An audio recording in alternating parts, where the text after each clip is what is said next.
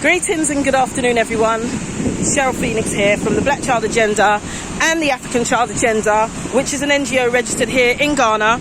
I hope you can hear me clearly. I hope everyone's well in England. I hope there's not been too many more deaths or issues. As you can see where I am, this is my office for today. Anyway, this is a quick call out and a message. As you know, with the Black Child Agenda, I firefight. The organisation, we firefight. When an issue arises, a parent contacts us and we firefight to either get their child into school or encourage the parent to home educate. Not everyone can do that. But how long are we going to be firefighting for? So the reason, one of the main things that I've always wanted to do all my life is for us to open our own school. Now I know we need our own schools in London, but we all have seen what happens when we open up anything for us, by us, unapologetically.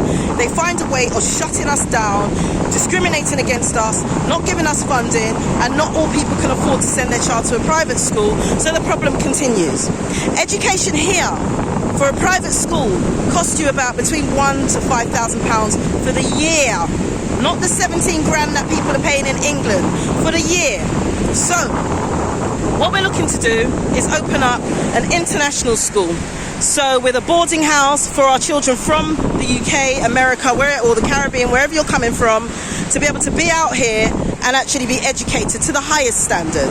The specialist areas, going to be a specialist school, the specialist areas that I have chosen are the STEM subjects and the arts and entrepreneurship, along with languages, Manderin, French as the languages, because this gives our children a competitive edge in a global marketplace. STEM subjects right now, they have a shortfall of people taking up the positions in companies around the world. They're begging for people to be employees in these companies.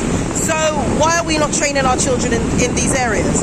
A lot of the jobs in the usual places that our parents tell us to go and get qualified in are diminishing. As we know, we've seen businesses, if you've got massive companies in the UK closing down because of what's happened with COVID, the one thing that is going to continue is technology.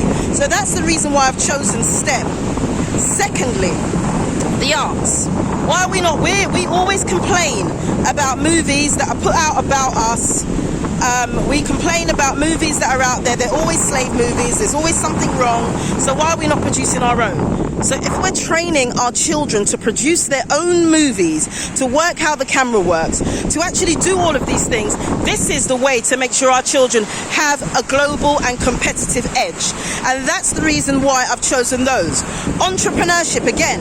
Why are our children not learning about finance, how to manage, how to open a business, how to manage a business, how to run a business? All of these areas are something that makes our children have an edge. And I don't want to talk about every other nationality because they're training their children, but yes, they are. It is a fact and it is true. So this is it. It will be an international school. It will be a boarding school for children from the UK, and also we're going to also double it up as a summer camp. So when school's out during the summer, we want you to send your children out for summer. So come and take in some of this.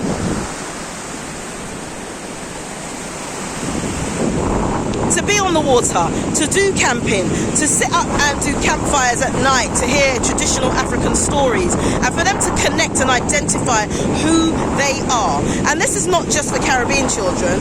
I know that there are second and third generation African children in the UK who don't even speak their own mother tongue, for goodness sakes. How have we come this far? Anyway, forget that. What I'm looking to do is fundraise for two things. One, I'm trying to send a container out here. We're filled with books, pens, clothes, all in good condition, please. We don't want no rubbish. Books, pens, clothes, whatever it is that you can send, we're trying to get a container over. The container is going to be sent, is going to cost about £2,500. That's not a great deal of money. So if we can fundraise to send that would be ideal, because it will make a massive difference to those on the ground here. Also, to build the school. So we're starting with one, and it will be the pilot, and it will be great because I've already had teachers, head teachers, all in my inbox saying, listen, whenever you're ready and you need me to fly out, we can train the teachers out here, etc., etc. So that is there as well. We're also Sorry, the aftershave smells good. So we're also doing that, and then we need to fundraise to build the school. Now, it's not like we need billions like in the UK, because things are very different here and it's much more cost effective. I would say on average about 10 grand to start with, and that will include the school and the boarding house, and it is going to be technology focused. It is going to have the access to the Wi-Fi and the internet and computers and things like that. This is what we need. We need to look at things a bit differently and stop trying to ask these people to be nice to us. They're not going to be nice. They don't care. The schools to prison pipeline is a well orchestrated design, and it is working perfectly, particularly with our children that have mental health. So please go on to all the W's.the African Child Agenda. You can find our donation link, paypal.me/Black Child Agenda, or email info@theafricanchildagenda.org, and we can send you the direct debit details for our direct bank account, and then you can send a donation there, so then that way you don't have to pay the PayPal fees. Thank you to all of you who have, oh my gosh, I've been so overwhelmed with messages and donations from people that have said, listen, this is what time it is. We're so glad. So I'm really grateful to everybody who has sent donations already and who have sent support of just encouraging messages, all of that, because sometimes, trust me, it does get a bit lonely, but I can't give up, because our children are watching and they depend on us to do the right thing and build a legacy. If we're not building legacies and institutions, then we're wasting time, and I will just sit on the beach and drink rum all day, but I'm not going to do that, because our children are watching, my children are watching. I need our own schools for our children and my grandchildren and my great-great-grandchildren, and the only way that's going to happen is if we actually make a different decision today and forget about Babylon, Babylon. But thank you very much for listening, and I look forward to hearing from you.